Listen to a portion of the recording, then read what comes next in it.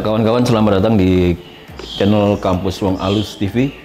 Di Kuat TV saat ini kami berada di daerah Sine ya, Ki? Ya, daerah Sine di Kabupaten Ngawi.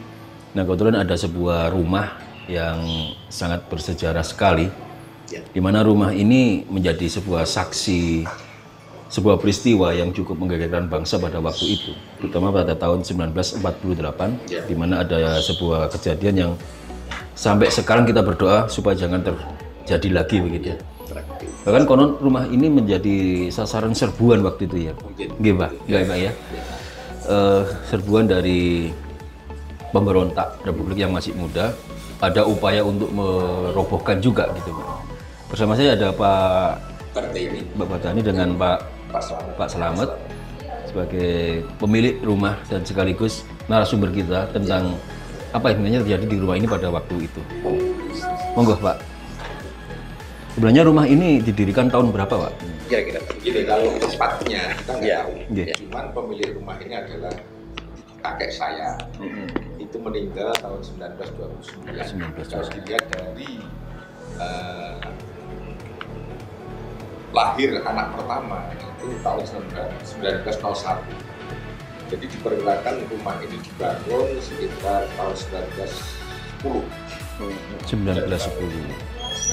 Ya, dari beberapa anak yang lahir di rumah ini itu juga melakukan seorang bupati Ngawi. Yang beberapa saya juga kurang tahu tepatnya kurang tahu, cuman namanya Bapak Sudirman itu dari anak nomor berapa, Mas? Nomor 6. Anak nomor 6 dari Mbak Abdullah Said, pemilik rumah ini. Sehingga rumah ini penuh sejarah. Sehingga pada tahun 48 peristiwa Madiun, karena memang kita tahu sendiri bahwa itu memang gencar-gencarnya PKI menyerang Madiun. Rumah ini karena pemilik rumah ini ya dianggap musuh dari Gerombolan tadi. ya itu Madiun, akhirnya diserang. Tapi alhamdulillah ya pada selamat, karena dari pemilik rumah itu sudah anak dari Mbak Abdullah Said itu ya, Pak Iskandar. Saya meminta bantuan pasukan Siliwangi, sehingga waktu PKI menyerang daerah sini datang Gerombolan tadi. pasukan Siliwangi yang insya Allah waktu itu dipimpin oleh Pak Amir Mahmud. Ya, komandan. Ya, komandannya katanya Pak Amir. Sehingga dengan bukti itu sekitar tahun 90-an, Bapak saya bersama keluarga di sini diundang ke Jakarta, diundang ke Pak Amir Mahmud. Ya, istilahnya nostalgia waktu Siliwangi bermarkas di rumah. Di sana sekitar 10 hari berbanyak Pak Amir Mahmud di jamulan dari bapak-bapak dan ibu yang terlibat dalam perjuangan melawan PKI Madiun. Pak Amir Mahmud itu yang mantan ini ya, Ketua MPR DPR ya. Mendagri pernah. Sebetulnya fotonya masih ada tapi tidak di rumah ini. Saya sendiri sudah rusak. Mohon maaf, Pak, untuk Pak Iskandar itu tadi kan memang dianggap sebagai musuh dari pemberontak, Pak ya. Dari artinya pro republik istilahnya kan. Ya. Posisi Pak Iskandar di sini sebagai apa waktu itu, Pak? Apa sebagai Waktu itu bapak saya sebagai pegawai Departemen Agama dan waktu itu penggerak Masumi. Oh, Mas Yumi. Ya, Masumi. Itu kan memang Ya. berseberangan dengan Ideologi dari gerombolan tadi. ya, memang dikejar-kejar sampai bapak saya fungsi ada di gua, fungsi di rumahnya siapa, kan memang jadi target dari itu. Pada waktu itu memang ada dikisahkan penyerbuan dari gerombolan pemberontak itu ke rumah ini, Pak. Ya. Jadi rumah ini sudah berusaha dibakar. Berusaha dibakar, Ya, dan, ya. jadi dulu pernah ada buktinya di sini kosong itu ya karena dibakar tapi nggak mempan. Ada lagi ini apa ini tiang ini. Soko guru ini? Ini kan bekas, ya itu di PKI. Ya, ini mau dirobohkan. Oh, ini mau ditebang istilahnya gitu, Pak ya? Tebang.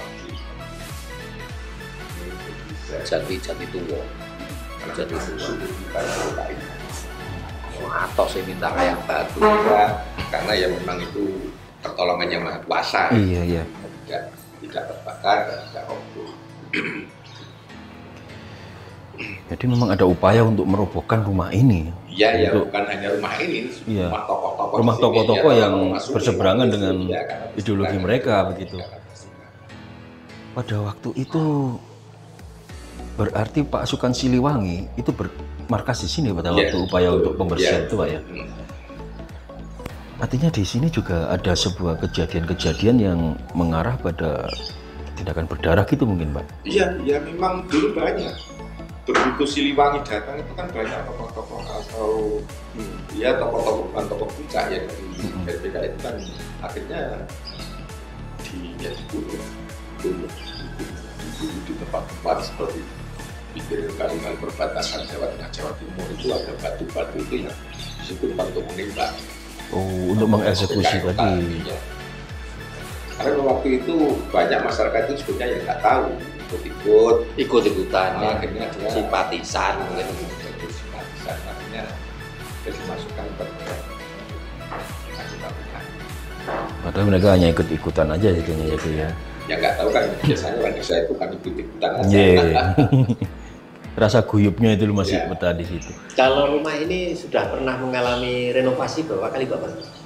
Ini rumah ini mengalami renovasi 1 kali. Sekali. Ya begitu saya bertempat tinggal di sini, saya renovasi, saya cuma ganti genteng dan ini kayu-kayu yang sebelah atas, kayu seperti rek usuknya itu saya ganti yang sudah rusak, tapi yang semuanya masih asli seperti dulu ya. Masih orisinilnya Dan gitu dulu ya.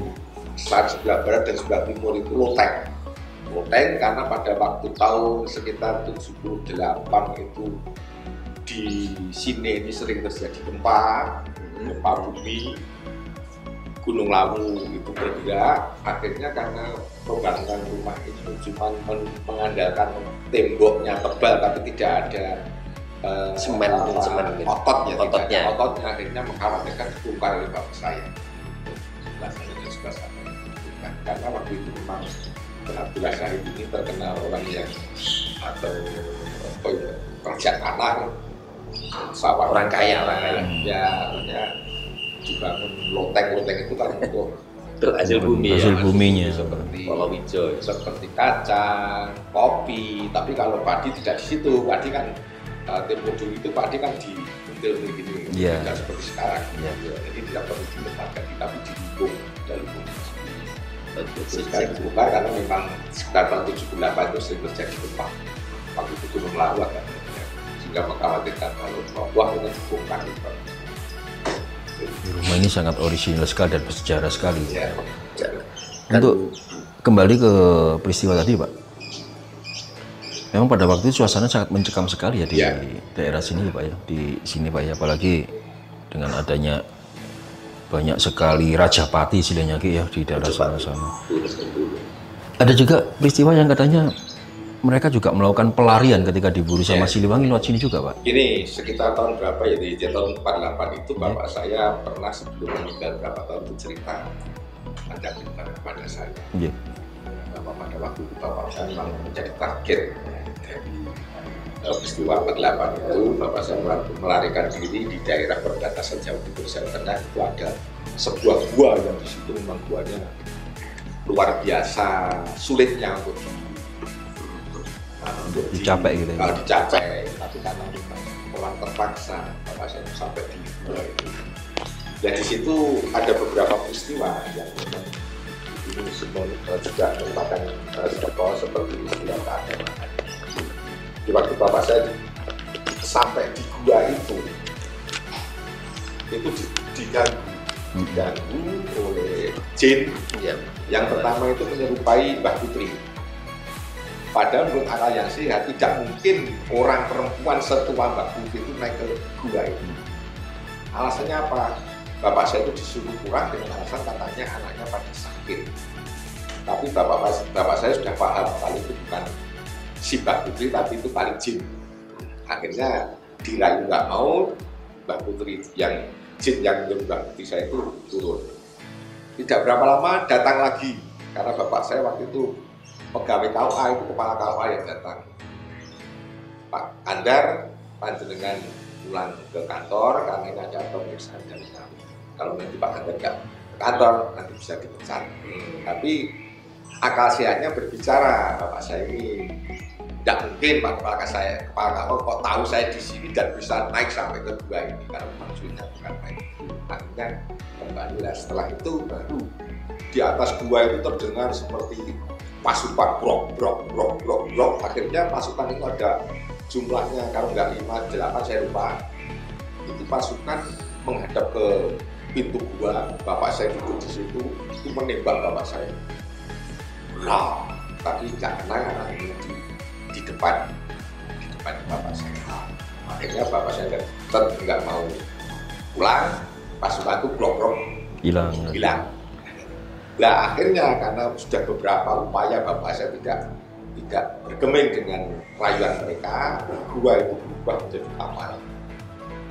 Bapak saya duduk di situ, di antara kiri kanan duduknya bapak saya itu ada 2 tempat tidur, ada selanjutnya dan di situ ada orang yang mengerang kesakitan.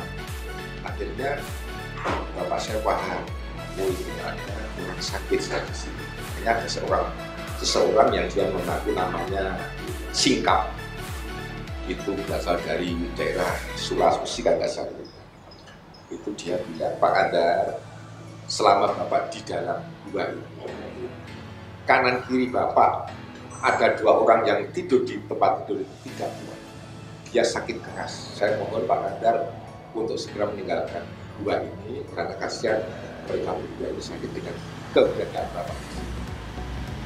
Dengan janji kalau bapak nanti mau pindah atau meninggalkan tempat ini, Pak Kandar mau apa bilang saya.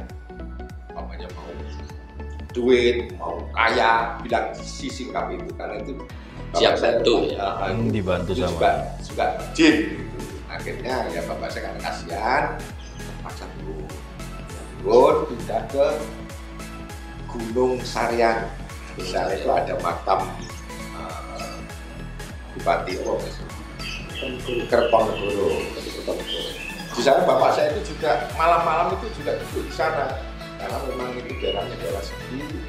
Datanglah sebelum bulan kafilah menurut pendapat bapak saya waktu itu kan sudah gelap, ini dari Arab, jadi orangnya mirip pakai jubah semua. Akhirnya menemui bapak saya ketuanya itu, Pak Kandar, bapak nggak usah di sini, bapak pulang aja. Saya kasih ini 1 lembar kertas, ada apa-apa, baca, pasti bapak selamat. Setelah dilihat, secari kertas itu tulisannya Bismillahirrahmanirrahim. Itu dimasukkan saku, akhirnya bapaknya terima kasih terus pulang ke masjid. Langsung setelah malam itu ke masjid. Nah di situ bapak saya masih dihampiri jin lagi. Sosok lagi itu. Iya, sosok lagi yang tidak dikenal oleh bapak saya. Bapak saya kan sudah kelelahan, di situ tidur, dibangunkan Pak Kandar, ini ada sesuatu, Pak Kandar akan selamat kalau semuanya di dalam ini. Kecuali Bismillah tadi, karena semuanya tidak. Bila ngalallah, ilallah, dan lilah, itu dalam arti bahasa Indonesia semuanya diserahkan kepada berpasrah gitu ya. Jadi saya sebagai seorang Muslim bisa saya simpulkan dari penjelasan Bapak ini dan disebutkan oleh Bapak saya sendiri. Pokoknya orang itu mau berbuat apa, mau menyerahkan sepenuhnya kepada Allah Subhanahu Wa Taala, orang itu akan selamat, akan menang. Dibuktikan sendiri oleh bapak saya di saat di gua itu, bapak saya itu sudah pasrah total karena memang beliau ini sudah dalam keadaan sudah kepepet, darurat sekali, sehingga bisanya hanya pasrah kepada Tuhan Yang Maha Esa. Akhirnya justru jin-jin jahat dapat dengan keberadaan bapak saya. Itu cerita yang disampaikan kepada saya beberapa tahun sebelum bapak saya menarik sekali Pak. Jadi penghuni rumah. Nah, setelah dapat ini Pak, dapat petunjuk-petunjuk itu tadi, apakah pernah misalnya di rumah ini terjadi misalnya hal yang aneh sehingga pada akhirnya Mbak Kakung itu memang minta bantuan pada si Pak siapa si Singkap, si jin tadi kira-kira. Pernah nggak kira-kira Menurut keterangan bapak saya waktu beliau menjelaskan kepada saya, tawanan itu tidak pernah dimanfaatkan. Karena bapak saya khawatir kalau nanti itu menjurus kepada syirik. Karena menurut bapak saya, kalau namanya minta itu ya langsung pada Allah Subhanahu wa Ta'ala, sehingga ya terus gak dapat makan. Cuman ada beberapa paranormal itu di tahun sekitar tahun 90-an itu sering ada yang datang ke sini, itu sepertinya mengambil sesuatu di rumah malam, di luar rumah itu sepertinya mengambil sesuatu yang di situ katanya itu dulu yang memiliki mbah saya yang pemilik rumah. Tapi sepengetahuan Pak Bar sendiri, pengalaman ini, apakah pernah mengalami kejadian-kejadian aneh di rumah ini? Menurut Pak Bar? Ya, karena saya ini Pak Bar saya tahu orangnya rasional. Iya. Saya begini, saya pernah di depan TV dengan anak saya yang anak saya pertama. Begitu suatu saat saya tuh nengok gini, anak saya juga nengok gini. Terus saya tanya, apa lihat? Enak orang lihat Pak, ada orang lewat katanya. Seperti apa yang saya lihat masuk kamar saya, ya cuma itu. Jadi dia nengok, saya juga nengok. Saya tanya, ada apa nih? Oh itu gimana? Masuk kamar saya. Jadi ada semacam magnet untuk lihat sama-sama di situ. Sama-sama. Refleksnya itu ada orang lewat. Cuma itu. Tapi yang lainnya, ya cuma katanya para ahli paranormal itu pagarnya rumah sini itu memang luar biasa. Iya. Karena memang Pagar goib, pagar goib. iya. Kalau pagarnya nggak ada. Nggak ada. Pagarnya nggak ada. Pagar fisiknya itu katanya memang luar biasa. Orang Iya. itu sedikit dari Kisah rumah ini Pak ya. Nah, ini teman-teman semua. Jadi di sini hadir juga, kalau saya memanggilnya Pak Dislamet. Jadi beliau ini adalah dari Mbak Abdullah, cucu juga sama dengan Pak Bar ini. Nah, Pak D, bisa disampaikan jenengan itu mulai tahun kapan itu mengenal rumah ini? Tahun berapa itu? lahirnya juga di sini. Lahirnya apa di sini atau di mana? Kalau saya memang lahir di sini. Lahir di sini ya. Cuman karena kemungkinan saya diajak ibu pergi dari rumah ini mungkin berumur kurang dari 3 tahun. 3 tahun ya. Jadi saya tidak punya ingatan yang kuat tentang Rumah ini ya. tentang rumah ini. Tapi saya lahir di sini. Lahir di sini juga. Di rumah. Dan kebetulan Pak Slamet ini adalah putra Bapak Suirman yang pernah menjabat Bupati Ngawi. Ini putra yang nomor 2. Putra yang pertama. Jadi ini saksi masih hidup. Saksi masih hidup. Kalau memang rumah Rumah ini bersejarah. kan seorang bupati yang keberapa saya tidak tahu, tapi ini buktinya ini adalah putra yang kedua dari Bapak Suirman yang waktu itu sekitar tahun 58 Pak ya. Itu menjabat bupati sekitar 6 tahun. Di Ngawi. Ini masih udah lama ya kayaknya. Ya kawan-kawan, memang sebuah tempat tinggal itu bagaimanapun juga mempunyai sebuah nilai sejarah dan ada karisma dan wibawa sendiri. Ini tak bisa dipungkiri. Apalagi kalau kita melihat dari rumah yang saat ini kita gunakan untuk vlog ini, memang aura-auranya sangat-sangat positif sekali. Apalagi ada sebuah ujian sejarah yang berhasil dilewati, yaitu sebuah gerombolan yang ingin merobohkan, tapi ada sebuah perlindungan yang membuat rumah ini masih berdiri sampai saat ini. Bahkan saya pernah dengar dari siapa itu, entah dari itu ada granat apa ya yang di atas ini. Oh dulu kan, granat dulu. Dilempar. Main-main. Saya pernah menemukan juga kok. Granat. Iya, waktu saya masih sekolah SD itu saya main-main di sebelah timur rumah itu, nggak taunya granat masih aktif. Masih aktif. Iya, masih aktif. Akhirnya ya, Dan nggak meledak. enggak, saya nggak tahu, ya saya pegang dulu, masih aktif banget. Nah, ya. Ternyata ya apa itu dia dilindungi oleh Allah. Ya itu tadi, semuanya itu kan sebenarnya kena kuasa. Iya. Makanya kalau disimpulkan tadi, begitu kita totalitas menyerahkan kepada yang maha kuasa, kita pasti diri. Benar sekali. Itu sudah dibuktikan oleh bapak saya, penghuni rumah ini, di saat keadaan genting saat itu, karena memang dia hanya bisa berlindung secara total pada yang maha kuasa. alhamdulillah bisa anak cucunya selamat. Gitu. Mobil berusaha dirobohkan, dibakar, ternyata juga masih berdiri tegak. Masih eksis gini. Ya. Bukti-buktinya kan ini seperti meja marmer dan sebagainya. Ini masih juga kan? Oh iya, peninggalan. Masih peninggalan.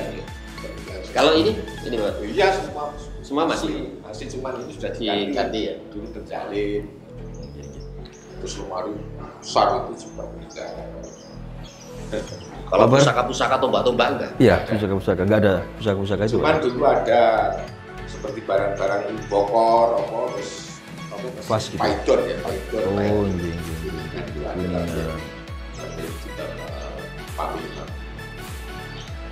Pak Bar, terima kasih atas waktunya. Pak Slamet, saya terima kasih Mungkin atas bisa waktunya. ditambah Nggih, sedikit. Kalau monggo. tadi dibilang ada aura-aura yang kurang positif. Nggih. Kalau kita tarik lebih jauh ke belakang, karena Mbak Putri yang di sini itu sebenarnya masih keturunan langsung dari Imam Besar Hasan Besari yang makamnya di Jetis Ponorogo. Oh, jeng. Alurnya sampai Ponorogo nggih, Pak nggih. Seperti kita tahu semua, putra Mbah Imam Besari itu yang nomor 3 yang disebut Kanjeng Kiai Imam Besari itu adalah guru dari Ronggo Warsito. Jadi Pangeran Ronggo Warsito, ahli sejarah, ahli Sastrawan itu ya. itu masih murid dari Hasan Besari. Iya, Haji Hasan Besari tadi. Bahkan termasuk ini, apa itu, Gus Dur juga. Gus Dur saja mengaku dia keturunan dari Hasan Besari. Hasan Besari. Jadi saya tidak tahu, tapi mungkin apakah itu juga karena syafaat dari beliau-beliau yang sampai ke rumah ini bisa. Jadi ya, jeng. Oke. Pak, terima kasih sekali lagi. Pak Slamet, terima kasih. Ya, kawan-kawan, demikian tadi wawancara kami dengan Pak Bar dan Pak Slamet sebagai saksi dan juga narasumber tentang keberadaan rumah ini. Kita banyak sekali mendapat informasi tentang bagaimana sih kondisi daerah ini pada waktu adanya sebuah peristiwa ontran-ontran, kemudian seperti apa yang terjadi dan bagaimana mengatasinya. Bila kawan-kawan menyimak dari awal sampai akhir, kita akan tahu bahwa berserah diri itu adalah sebuah upaya yang paling baik untuk mengatasi semua masalah. Seperti itu, Pak Bar, Pak Slamet. Saya terima kasih banyak kawan-kawan atas perhatiannya. Saya Ki Suling dan Bung Alus bersama para narasumber. Sampai jumpa di channel kami berikutnya. Jangan lupa like, subscribe, dan ketik tombol lonceng. Terima kasih. Assalamualaikum.